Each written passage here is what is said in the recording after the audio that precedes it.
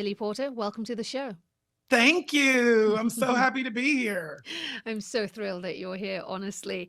I want to start with the question of voice and really your singing voice. Let's start there. When did you realize not just that you could sing, but that your voice had the power to move people? Yeah, I knew I could sing early because I was singing in church. So I sang around the age of 5. I started singing in church. They started giving me solos, and I liked it a lot. It was probably around the 5th grade, so I would say around 10 years old. I was in elementary school, and I was getting bullied a lot. And there was a talent show. And I sang at the talent show, and the bullying stopped. Wow. Like, immediately it stopped. And I can't, I was very rarely bullied after that. Mm-hmm. And like the bullies were like, "Oh, yo, no, that's that kid that sings real good. Leave him alone." So there was a respect for having something that you could do that nobody else could do. Sort of like a superpower. Even then. Like a superpower almost. Yeah. Yeah. And so it became my superpower, my weapon, my superpower, your shield, savior, my shield, everything. What I find fascinating about that is that you discovered your voice in the church. They started giving you solos. That was a place where this part of you was being celebrated, but the rest of you was now not welcome and that tension. I was thinking about you today, and I thought, what a tension to grow up with. There's this part that they think, oh, this is great, but the rest of you, not feeling that, to the point where you're a kid and they're sending you to psychologist. Mm-hmm. Talk to me about that tension. Well, it's interesting that you call it a tension. That's exactly the right word. It was, the homophobia was swift, immediate, and unrelenting. Before I could even really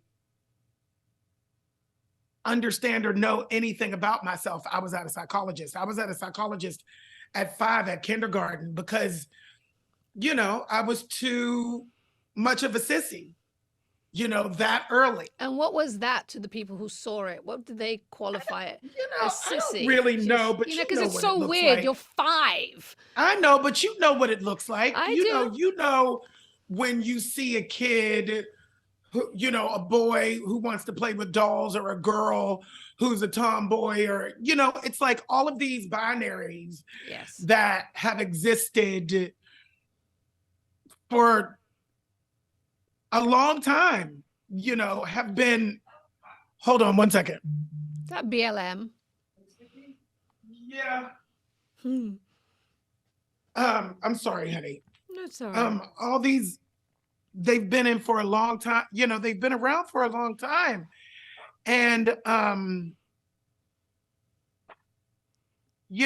don't know why, but I was just, I don't know. Because I was 5, so I don't remember. I just know that the reason was because they looked at my behavior and it wasn't suitable for, a church environment. You've been quoted a religious environment. You've been quoted as saying your muscles or your ability to compartmentalize is strong. Yes. And I'm thinking that must have started at a very young Oh age. yeah. It started that early because I didn't have anywhere to go but to myself and my mind. And yeah, it started early. What did you, the thing that I think about when I think about Pentecostalism is the severity of the religion. It's dictates, it's, fire and sin and Brimstone abomination and and yeah. it's harsh. So what did you see for your future growing up? Um, I could sing. Hmm. And my singing was going to get me out. My singing allowed for me to dream beyond my circumstance. My singing put me in rooms where I would not have otherwise would have been.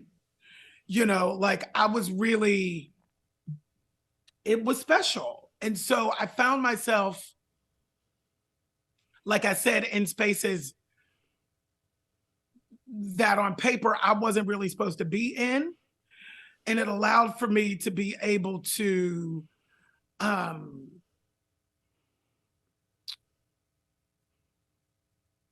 dream. Hmm. I think one of the most difficult parts about being Black in this country, coming, being descendant of slaves, there's a systemic space that we exist in that we don't even know that we're existing in, where dreaming is not possible. That's right. Limitation is the norm. It's the norm, right? And so where I'm from, and most, many African Americans turn to religion to sort of put a Band-Aid on the truth. And that was a way of us finding a space to just live. If we could, hold on, let me turn this off. This is my husband's computer, sorry. That's okay. Do not disturb. Okay.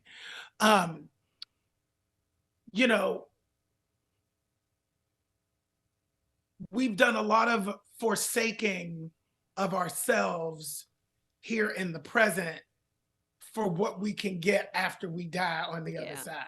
Yeah. And because of my voice, because of the gift that God gave me, I knew and understood that I could have peace and I could have joy and I could celebrate my life on this side right now because I saw other people doing it. Particularly white people. I saw white people enjoying their lives and living dreams and it was interesting because it was my art. I say my voice, but then my voice, blessedly, I was in these rooms with creative people who helped me then expand. That's right. The range. My creativity. Yeah. Mm-hmm. And my voice was just the mustard seed, as we say in church, of the gift. And it was because of that gift that I was then able to expand my art, which has been the thing that has been consistent and has saved me. Well, one of the things that I thought was quite intriguing was that as a child you discovered two powers. The power of your voice and its ability to move people, and even as a child the power of fashion. Mm-hmm. I thought that was super interesting as well. Like you connected with those two truths and you knew that even, you were getting, dressed up or gussied up, as we say in the UK. Even as a kid. I mean, help me understand that. Yeah, I think that part comes from the church. That part comes from my age. I was born in 69. So like civil rights acts had just been passed. You know, the Black civil rights movement was about education, was about forward mobility, upward mobility. And the only way to do that, the first thing was to look good. And looking good in that space meant wearing a suit. That's right. That's what you wore. My favorite time of year was my two favorite times of year were Easter and Christmas because I got a new suit every Easter and every Christmas. And I continued that tradition with myself all the way through my 30s, at least into my mid 30s. And you had an expensive taste even as a Yes, kid. I do have a taste. Yes, I do. But also my family, my grandmother was a seamstress. She made a lot of clothing for the ladies. When I look back at old photos and stuff, my whole family was snatched. I love it. They were snatched. And you went to church was the opposite of what many of our parents, they had to wear uniforms, whether they were, domestics or whether they were working in a plant or whatever. They had to wear these uniforms. And so church was a space where they could embrace themselves and, like you say, get gussied up and show the world, who they are, who they were, who they are. The Voice took you beyond Pittsburgh and, Carnegie Mellon and these rooms that, these rooms where you were embraced, and now you're trying to break into theater as a Black queer man. Mm-hmm. What was that journey like, and what were the compromises that were called, what were asked of you, or that maybe weren't even that you asked of yourself? Yeah, I was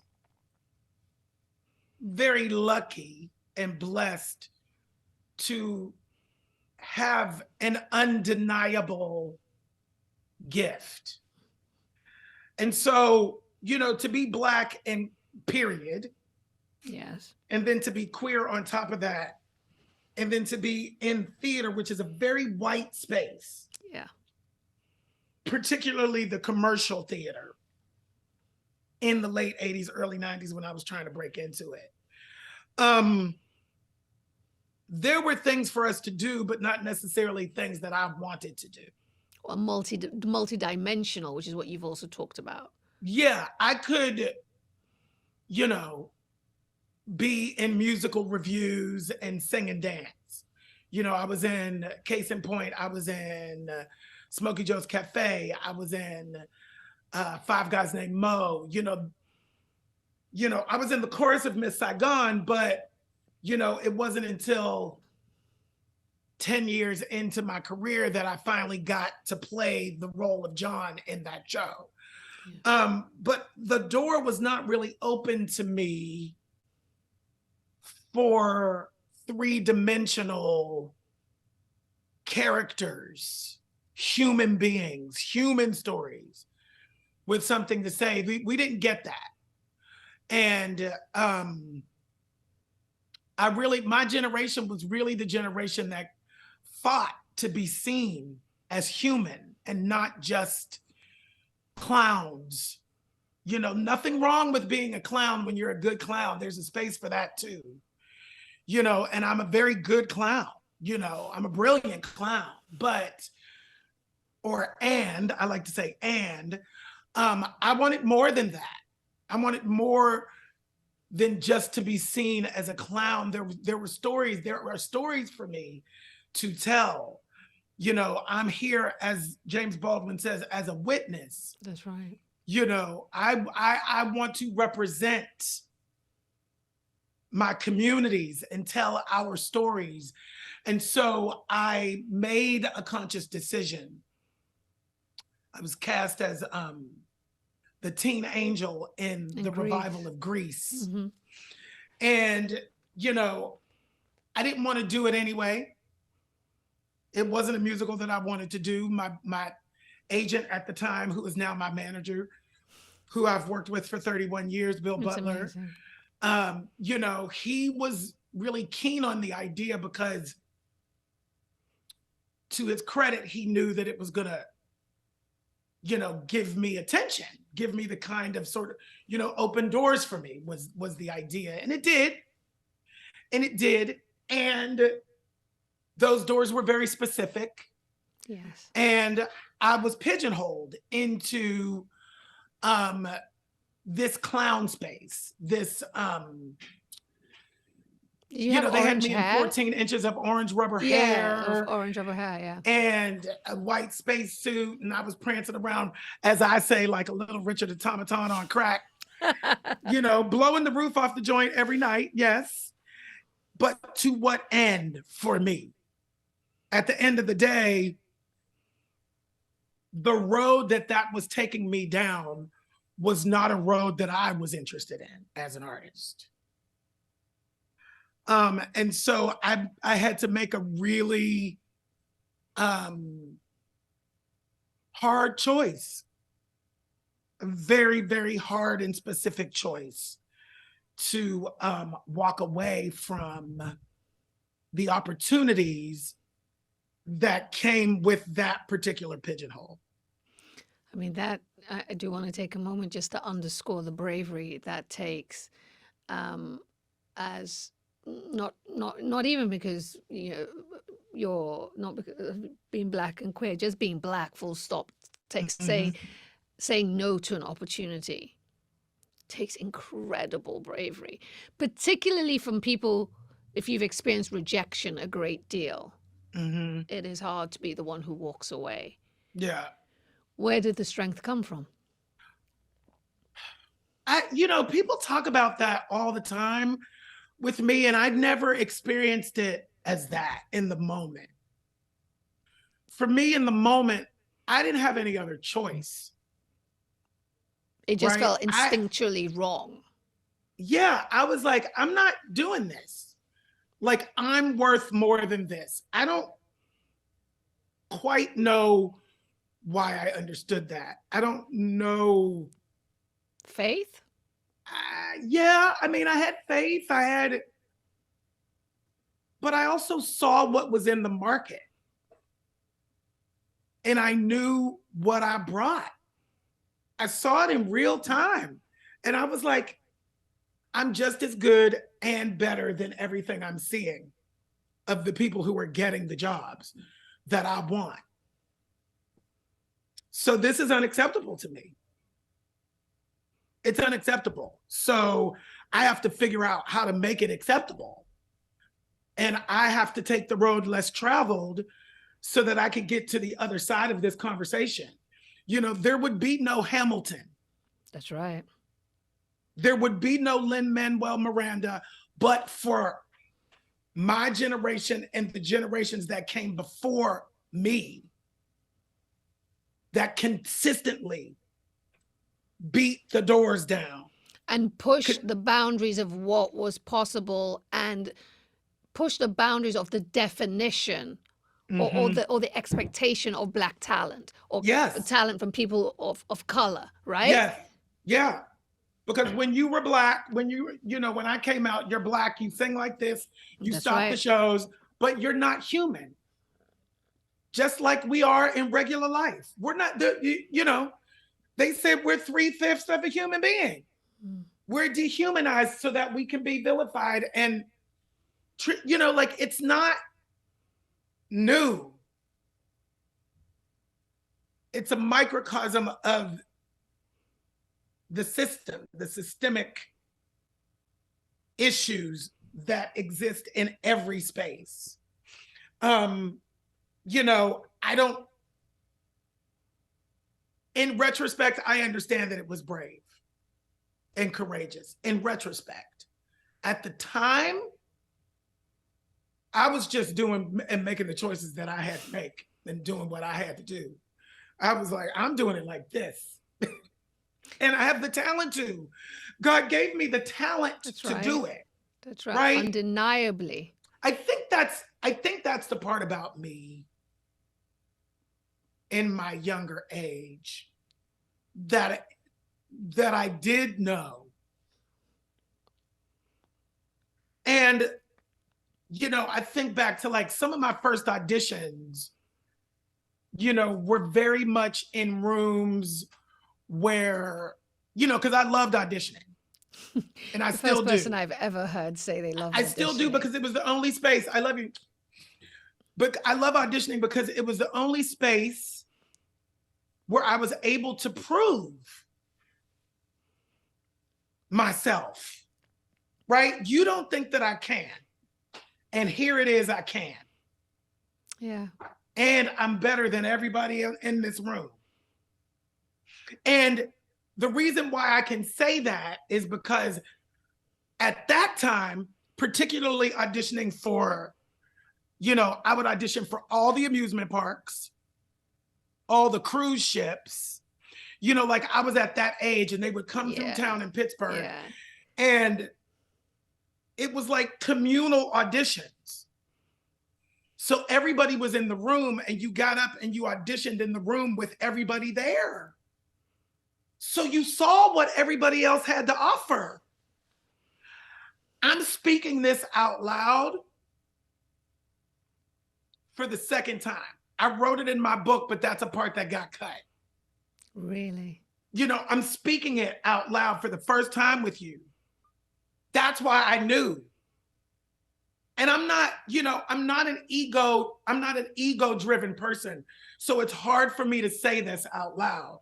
But I was just as good and very often better than everybody else in the room. Always. I was there, I saw it. And I wasn't getting the jobs. I would get particularly, and they knew that they had to, and there was a thing they would do. They would call you back. They call you back. They call you back to dance. They call you back to sing, and then they put you in the line and say, "Okay, you are our picks from this city. You're on file. Expect to hear from us." And that would be it. And that would be it for me, because they had to keep me to the end because everybody else saw in the room that I was better too. So they couldn't cut me in front of people because I was better. I was the best person in the room.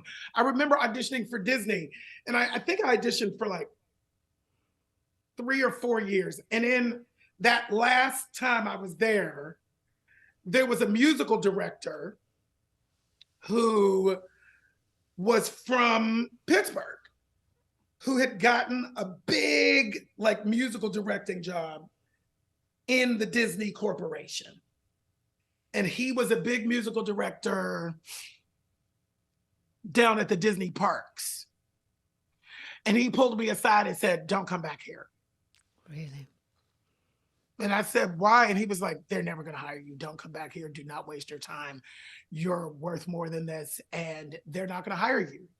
I said, "Why?" And he said, "It's hard to explain, and you're not going to understand it right now, but like, you're beyond this." Yes. And that's not shade to anybody who did it and anybody who got it. But he was like, "You're beyond this. There's no place for you. You stand out. They don't want people to stand out too much. No. You stand out too much." Yes, they don't want. You could make the argument they don't want black people to stand out too much. At that point, they didn't want black people. Yeah, I mean that. But they were putting in one black couple everywhere. Yeah. And I know a couple of the people who they were. Norm Lewis being one of them. Who's a friend of mine, and he was one of the, chocolate chips, and he had a black dance partner / singing partner, and they were actually dark-skinned black people, which is rare. Definitely. In that space. But anyway, I was in the rooms. And you saw. So I saw the truth. But Lola, yes, Kinky Boots was a I mean, that now placed you center stage. Yes. The Tony, the Emmy, like The Grammy. Tony, the The Tony Grammy and the Grammy. rather. Yeah. The Emmy came with Pose. Yeah. The Tony and the Grammy. So now, someone, again, I was thinking about this. I was like, for someone who has struggled to be visible for so long, or who has been visible, but to be recognized and fully seen, let's say that, Mm-hmm. now you're center stage and you are being seen. The industry is validating you. What did that visibility mean to you? Well, it took so long to get there, and I don't say that as a negative. Because once again, in retrospect, This is 2013, right? yes, Mm-hmm. who I am and what I represent needed, I stand at the intersection of these conversations that need a leader. And I needed to understand and learn how to be a leader before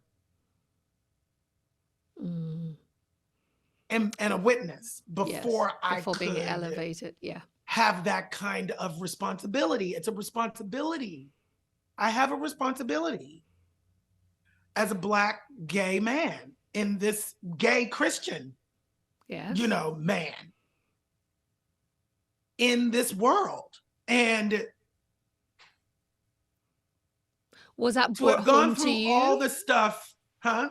Sorry, I was going to say, was that clarified for you with the success of Lola in Kinky Boots? Yeah, because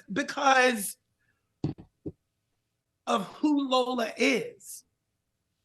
The character of Lola had never existed before on Broadway in the commercial theater. A Black drag queen who's the star of the show and the emotional center of the story.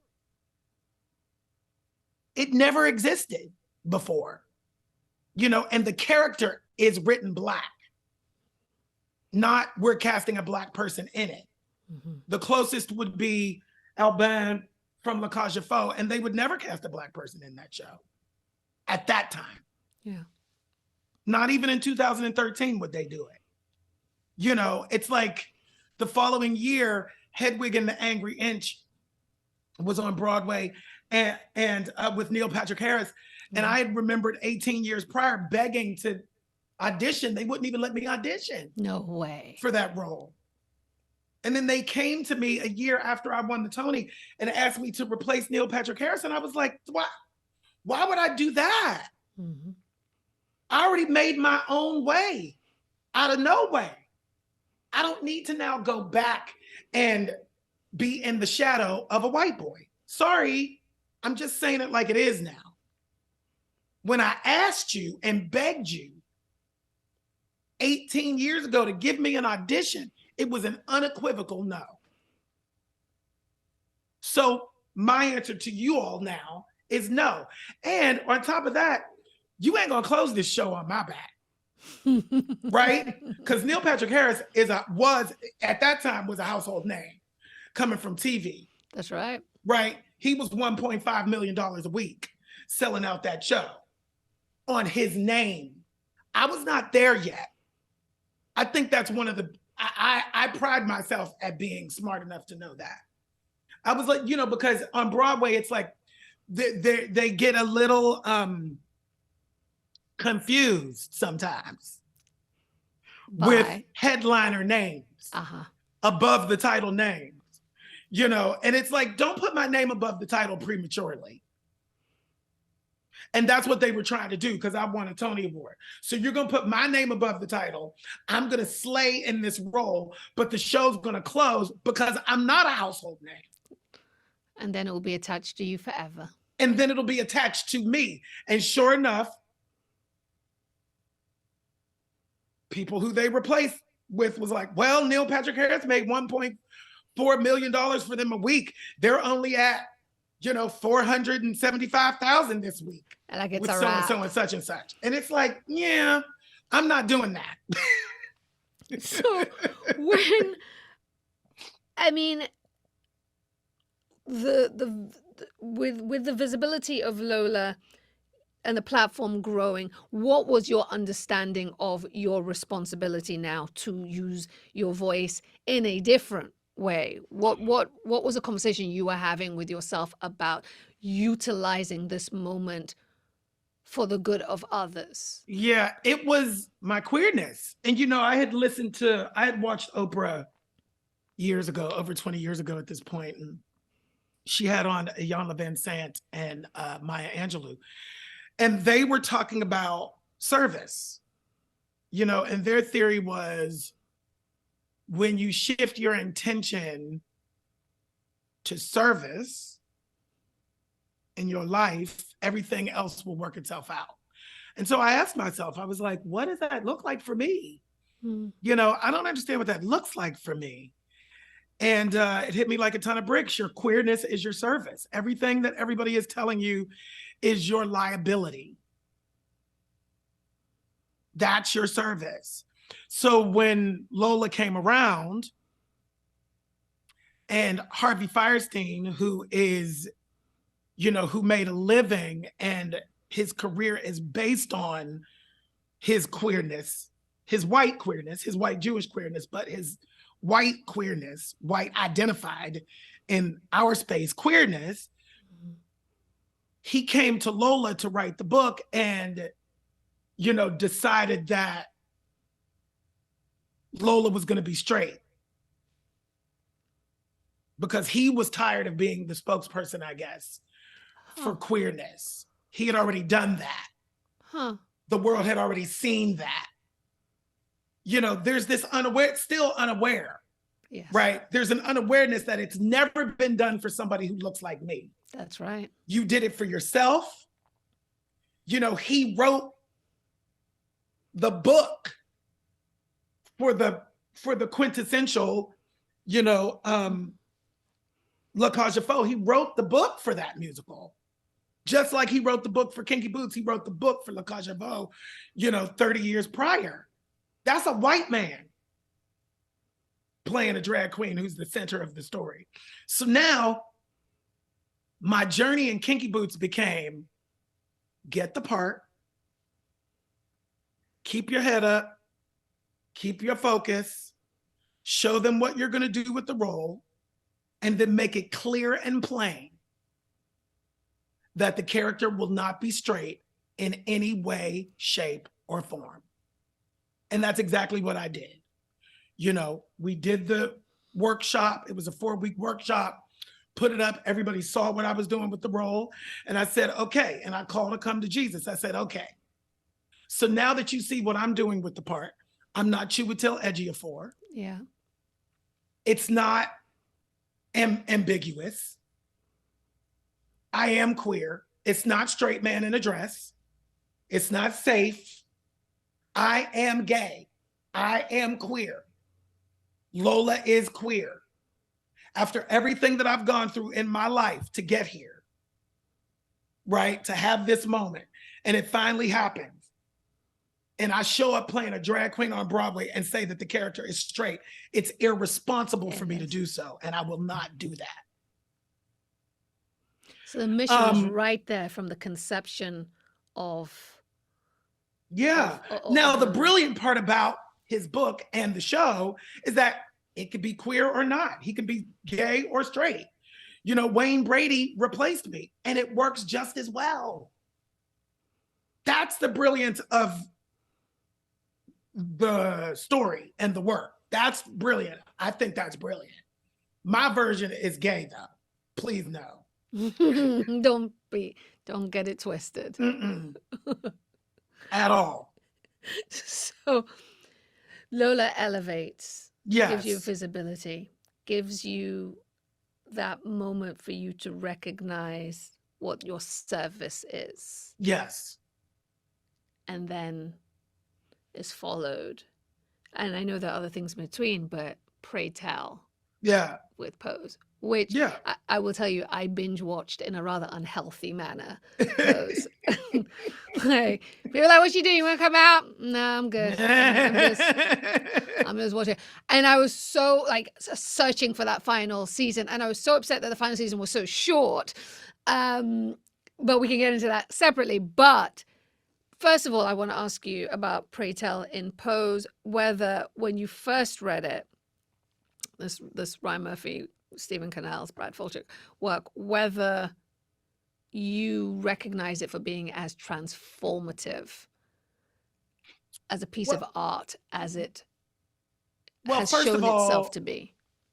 first of all, the audition came to me at a very low time. I had won the Tony, I had won the Grammy. You know, the next step is to get a TV show or, you know, try to break in to film and television. I wasn't crossing over. I was being dismissed I was being dismissed just like it was before I had the Tony. And I was really, really upset. And I had been up in Boston directing a play. I was directing Top Dog Underdog, actually, that is actually Susan Laurie Parks, who's back on Broadway right now. Mm-hmm. And I would go in for these roles, and like I wouldn't even be called in unless the description said flamboyantly ... Wow. Like if flamboyantly ... wasn't in the description, I wouldn't even get called in for it. So there's that. And then I would go in, and not only would I not even get called back, you know, the feedback would be, he's too flamboyant. Once again, And prizing then to certain add parts of insult you. to injury, they would then hire a white straight boy to do it. You know, this was my life as a queer artist for years. For years. And I had just hit a wall, and I was driving back from Boston, and I had just been dismissed for like the last time as far as I was concerned. And I was like, you know, I love writing, I love directing, you know, it's expanded my reach. I'm just going to do that. I can't go through this anymore. And I was like crying with my sister on the phone. I had to pull over. And I was like, I had a bit of a breakdown. And I hung up the phone, and the phone rings, and it's my manager. Ryan Murphy is doing a show on the ball culture, and they want to call you in. And I was like, oh my God. Oh And my I God, I didn't don't want know to what get it my hopes was. up. Oh my God, what Oh is my this? God, Oh like, my I can't God. believe this is happening. This is it. I knew immediately. You When they did. announced Kinky Boots, I knew immediately. I knew because that was what I've been waiting for. I had to prepare myself for that. Kinky Boots could not have been anybody else. Pray Tell could not have been anybody else. They didn't have a Pray Tell. No. You know, it's like they had me auditioning for the role of the dance teacher that Charlene Woodard ended up playing, became a female character. And I said, I auditioned, and I was like, and I went in and I auditioned, and I said to the casting director, and this was, I said, you know, I've lived this actually. I lived through this. I'm old enough to have lived through this. You know, don't you need, like, what about one of the mothers of the houses of, or, you know, one of those things? And she said, well, Ryan is going to do all transgender women, which I was like, oh, I mean, I was just blown away just hearing about it. And she said, let me talk to him and we'll see. I said, well, you're going to need an adult over there, right? Yes. Like in that world, there's no reason for you to be working on this world and have me in another space. It's a waste of both of our time. It'll be a waste of time. And so Ryan felt the same way. Ryan Murphy felt the same way. And he said, and there was no Pray Tell. And, you know, he had set up a live callback. So he flew in all the creators and the producers and the powers that be and put them in a live room, you know, which was really smart because I never got cast from a tape. Right. It was when they were in the room. I always got cast in film and television when someone was in a room with Yeah. me Yeah. and could see my work, because my choices are strong, and if I'm not in a room and it's not something that they want, but they can ask me to do something different, then not only can they see that I can do something different, they also can see my work. They also can see that I have craft. I have a skill set. And so the callback was me reading a bunch of declarations. It was like 17 pages of declarations. What kind of And they were all declarations? laughing. The category is blah, blah, Ah, blah, blah, blah. Like it was yeah, just yeah, that, yeah, yeah. because they hadn't Face. written a role. There was no Yeah. role written. And so the room was full. There were like 25 people in there. And then Ryan said, pull up a chair. And he sat me in the center of the room and asked me about Trump. Oh. And about 30 minutes later, the role of Pray Tell was born. And they created Pray Tell for me. And he said it was the rage. He's like, it was your honesty, your vulnerability, and your rage simultaneously that was the birth of Pray Tell. And I was thinking about Pray Tell, and I thought, again, here was somebody whose superpower is their voice, right? Yeah. It is their wit, their vulnerability, their truthful, their authenticity. Yeah. What did playing Pray Tell teach you? What did you learn from that role?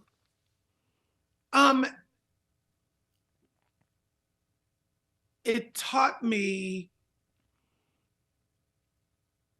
to never doubt my truth ever again. When I jumped off that ledge of authenticity, when I decided to choose myself over any kind of fame, any kind of success, I didn't know what was going to happen. And I was willing and open for anything, because the truth was more important than anything. That was it for me. It was like, right, I did this. I set myself up for success because I chose this. I chose it. I chose my truth, and now look at what I get to be. Look at who I get to be in this world. It's magical. Pray Tell was HIV positive. Yes. And that mirrored your truth, which you had kept secret from a wider circle. The decision to let that out, that Hollywood Reporter exclusive, to speak your truth. I mean, I've read the accounts and about your mother and how you were trying to shield her, and then, the realization that, you're going to rip the Band-Aid out. But I guess I still just want to ask, how afraid were you to take that step? Well, 14 years in, it was like 14 years in, and with the success I had, the fear was no longer. I think, at the time of the diagnosis, 2007, I say that was the worst year for me, because in February of that year, I was diagnosed with type 2 diabetes. By March, I was signing bankruptcy papers. And by June, I was HIV positive with no medical insurance. So, all of the statistics, all of the statistical prophecies had come true. I was everything statistically that I put in quotes, said I would be. All those voices So from your childhood, I'm sure. yeah, and not just childhood, the government, the church, everybody. I was everything they said I would be in a negative way. And it was also 2007, and I didn't want to, whatever my chances were going to be, I didn't want to ruin my chances to be able to work. And that was still a thing in 2007, discrimination because of HIV. So I shut up. But 14 years later, I mean, health-wise, because of these diagnoses, I go to the doctor every 3 months. I'm a Black man in America who goes to the doctor every 3 months. Who takes care of himself? I'm the healthiest I've ever been in my life. And all of my dreams were coming true. So now all of the theories, the condemnation from the church, all of that stuff was no longer had any credibility, right? But did it Their have a words power had no over more you? credibility because I had surpassed all expectation with doing exactly the opposite of what they said I would do and be. I'm thriving. I'm successful. I'm living healthily. I'm not dying, actually. I have the disease and I'm living. What was interesting to me is that even though you didn't speak out about it to the wider world until 2021, you were still using your voice on the issue of HIV/AIDS. Well, I was always doing that because that's what I came out in 1985, and we all went to the front lines to fight for our lives during the AIDS crisis. So that was just, And how did you just in my negotiate DNA. that tension again? Well, I had already set it up. Yeah. It was already set up that I was an ally. Yes. I was already an ally, and I was on the front lines doing activist work from the time I was like 16. So I was already in that space, and there was never a question about me being in that space. Yeah. So it's almost just like a continuation, and then I just kept showing up in the way that I had always shown up. It was a surprise to a lot of people because for that very reason. I never had to say anything to anybody ever, really. Because it wasn't out of the ordinary for me to show up in those spaces. That's not out of the ordinary. That was what I always did. Your star has continued to grow and shine brighter. What is your sense of the mission now? Has it changed from Lola, back in 2013? Has it become more defined? How you use your voice and what you speak to? Yeah. It gets more defined and more refined with every breath. And I have to say, the law of attraction works. I agree. We speak life into ourselves or not. And I continue to do that. I continue to try to speak life into myself in a world where just showing up as myself is a revolutionary act. Why is it so triggering for some parts of society to see a Black man claim all parts of himself fully and unapologetically? Because we're not supposed to do that. We're not supposed to be able to do that. It was set up systemically for us to never have agency and to never be fully realized as human beings. Our Constitution says we're 3/5 of human beings. It's not Obama, Barack Obama was never supposed to happen. Why do you think the white supremacist, backlash is so, it's like we Yeah, make ways out of no way, that's right. always and forever have. And when you make progress, the backlash is swift and it is Yes.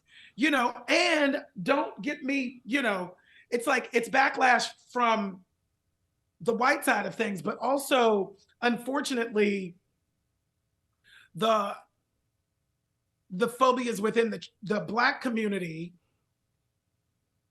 are also very strong and also very powerful and also based on the colonizers. It's like the one remnant that remains from the colonizers' religion that was sort of thrust on our people, and so now there's a rejection of queerness in the Black community that does not make sense.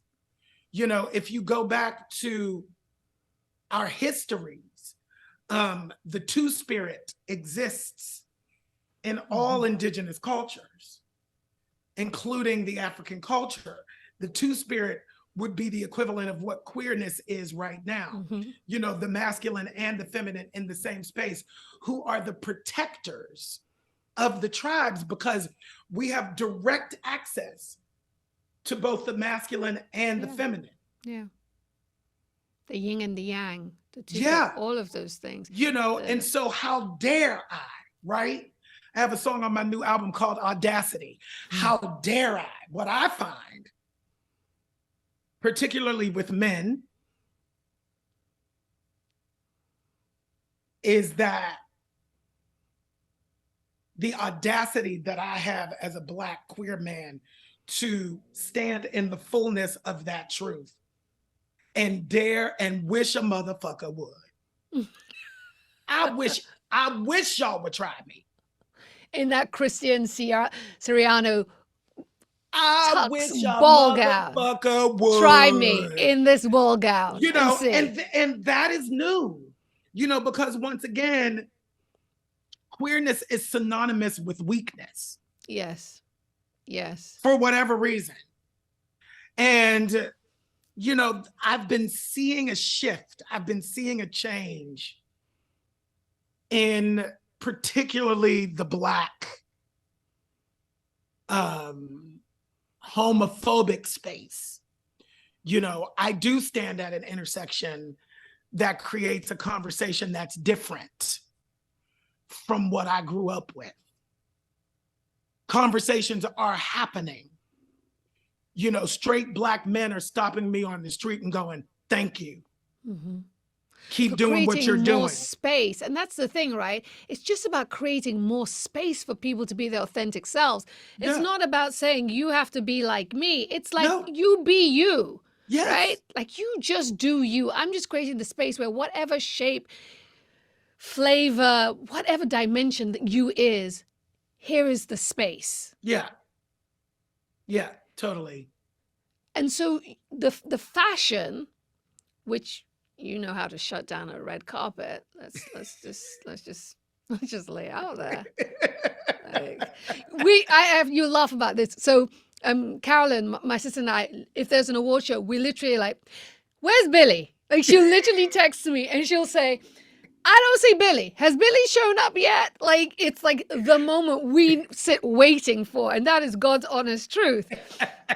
Like, we're just like, okay, yeah. We've seen. Okay, but she said that recently about the Met Gala, and every time she's like, have you seen Billy yet? I'm like, I don't know. I don't think Billy's ever seen his Met Gala. Break, honey. We noticed, and she was like, but where is he? I'm like, Billy's. Well, you know what's interesting about me? Now I have all this success. It's also been, I'm in all of the worlds. Yes. I'm in theater, I'm in film, I'm in TV, I'm in music. You're in fashion. I'm in fashion. So award season never stops for me. And so I was on a treadmill for like 3 years where I was literally at everything all the time. It's unsustainable. I can't do it forever. I can't do that forever. Well, you were missed. And so now I'm choosing. We were dissatisfied. Now I'm doing, really specific moments and beats for myself that, the conversation started with me wearing a dress, but it's not about me wearing a dress. Mm-mm. It's not about that. It's not that in the sense that a lot of people, have tried to then sort of distill it down to like, oh, so he's just going to wear a dress and it's now expected and it's old hat. It's like, no, that's not, like, I'm trying to have a conversation about the degendering of fashion. Yeah. And what it means to exist outside of the binary with your clothing.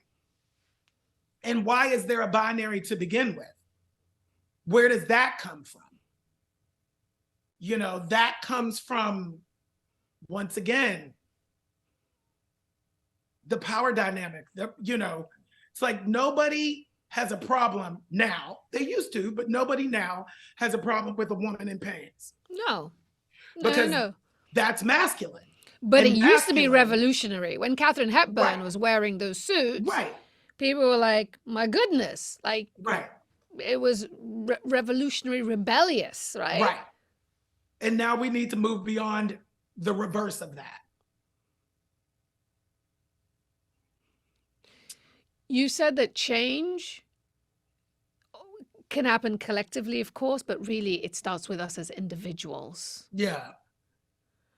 So for you, when you look at where we are right now and we look at, I was thinking about, well, first of all, I was wondering how you feel just as these winds of anti-LGBTQI plus discrimination and hate seem to be like gathering apace again. First of all, I was wondering whether you worry whether hard fought, hard gained wins and freedoms will be reversed. How hopeful you are about the future, but also just about what we all can be doing right now to use our voices. I choose to be hopeful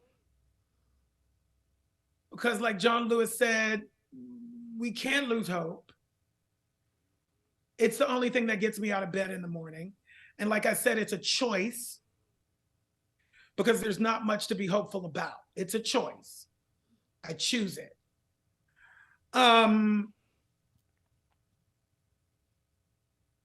Frederick Douglass said, eternal vigilance is the price of liberty. That's right. The work continues until our last breath from everybody collectively.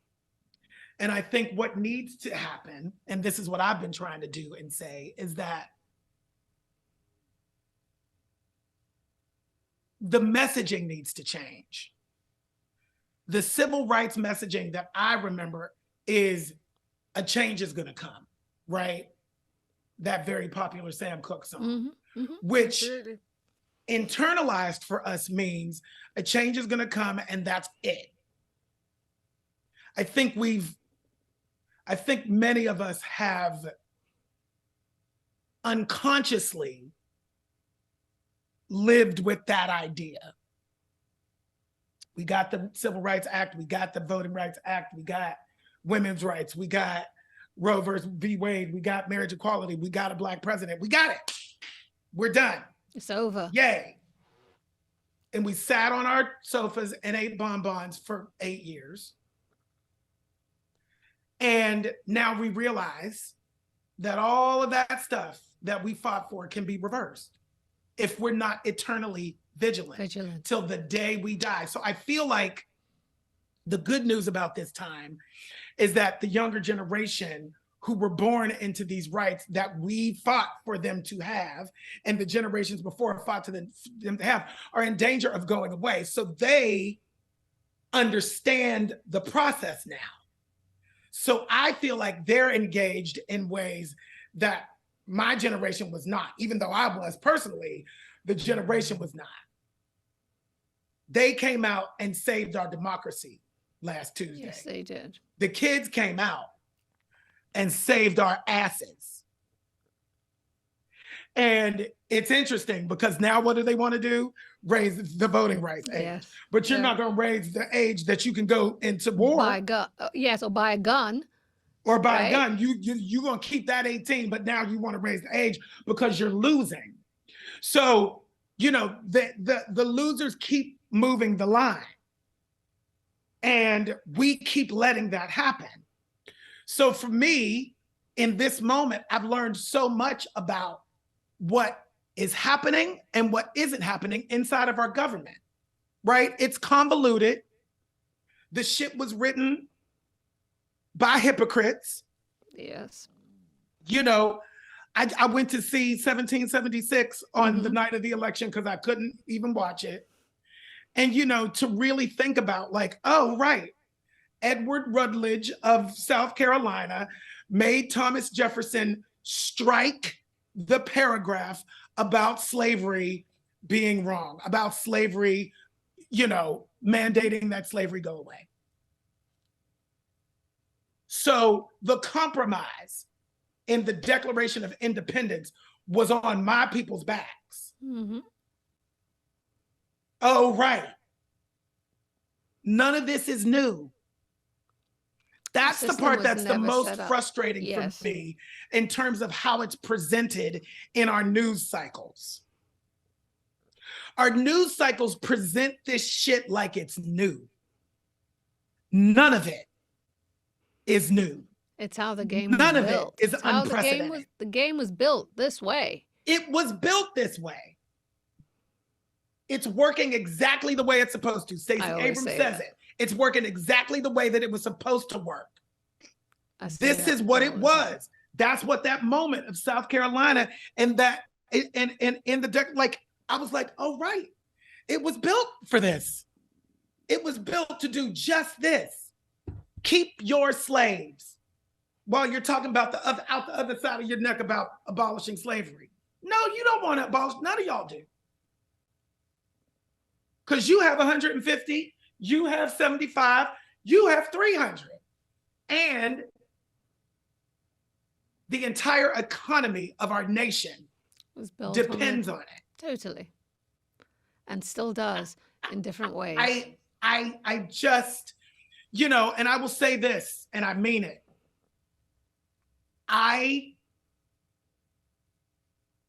First of all, they've never taught history properly in America, ever.